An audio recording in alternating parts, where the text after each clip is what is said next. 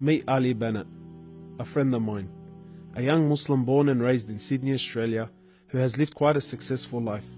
However, it was only recently that his life took a dramatic turn. This is Ali's story. Where are you at now with your life? What's happened to you? And at this point in my life, wallah, I've been gifted, alhamdulillah, by Allah, with cancer throughout my body, and I've changed my whole life to sort of helping people. Why do you call it a gift, Ali? And alhamdulillah, it's a gift because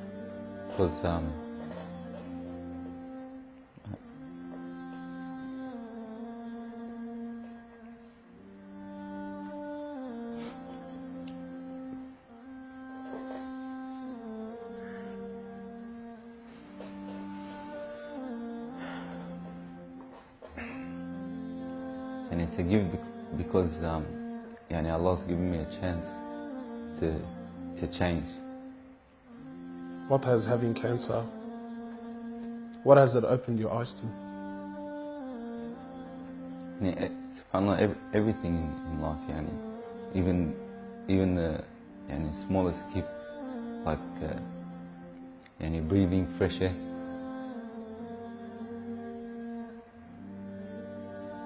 Do you feel like you used to take that for granted before?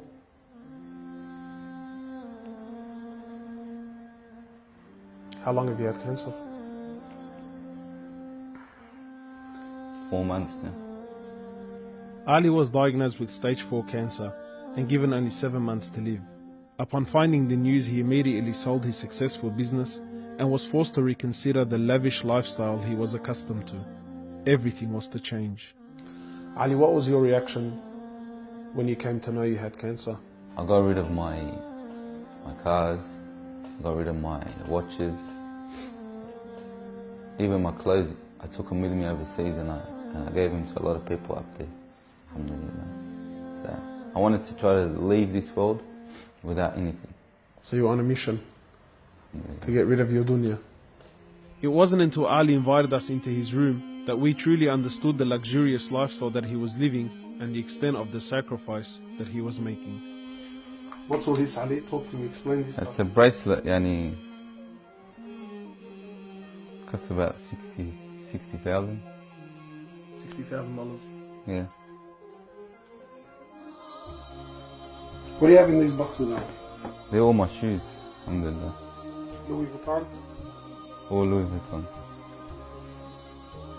How much is something like this worth, Ali? They're probably about 1,300. How much you pay for that, Ali? About 700. Thongs? For a pair of thongs, yeah. So what's happening with the sunglasses here, Ali? I just like collecting different sunglasses. Yeah? I've got rid of a lot of them. I gave them to a couple of brothers in Africa, alhamdulillah. So you're telling me there's a kid in Africa that's walking around with Louis Vuittons and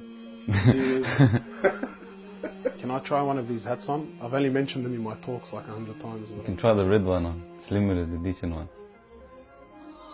Barakallah. What do you reckon else? Sheikh Gucci.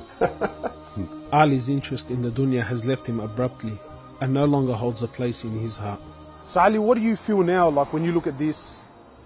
And driving something like this doesn't really cross my mind anymore. It's not something I would want to do no more. After someone tells you, or you find out that you're sick, or you haven't got much time in this life, wallah, this is the last thing you would want to chase. And this is how we should be living our life every day. A car like this, people would love to be in it, people would love to own, people would love to drive it. Wallah, they're going for the wrong goals. And you realize that when you get sick, when someone tells you you haven't got long to live, you realize all this stuff does not benefit us in any way. So what's the value of this in your heart now?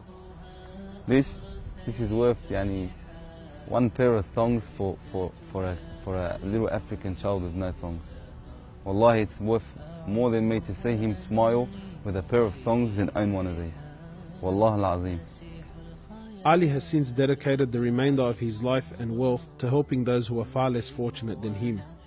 After an emotional journey to Africa, Ali has established a charity titled Muslims Around the World Project.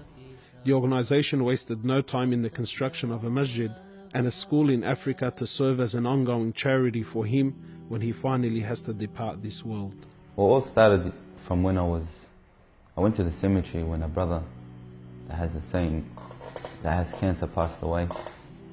And I was at the cemetery and I was just thinking to myself, you know, after you go, there's nothing.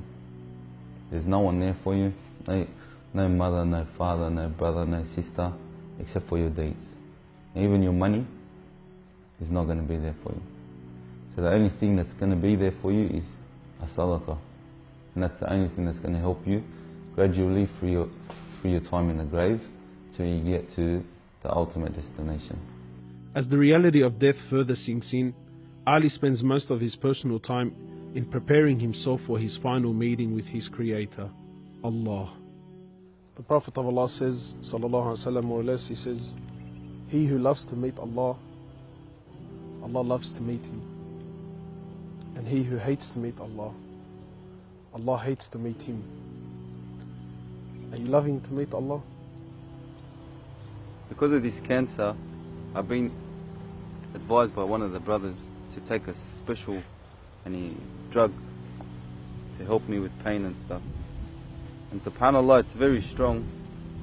I took a bit too much and I came into a whole different world within not knowing where I was, and it was very hard for me.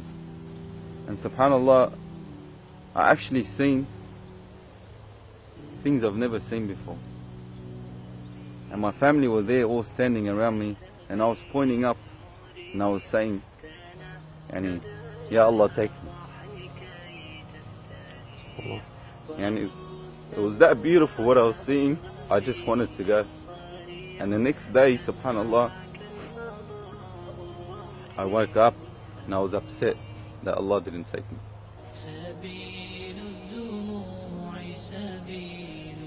Well, I ask Allah subhanahu wa ta'ala to purify you and to give you shifa, to keep you around us for a long time. Allah, may Allah subhanahu wa ta'ala reward you.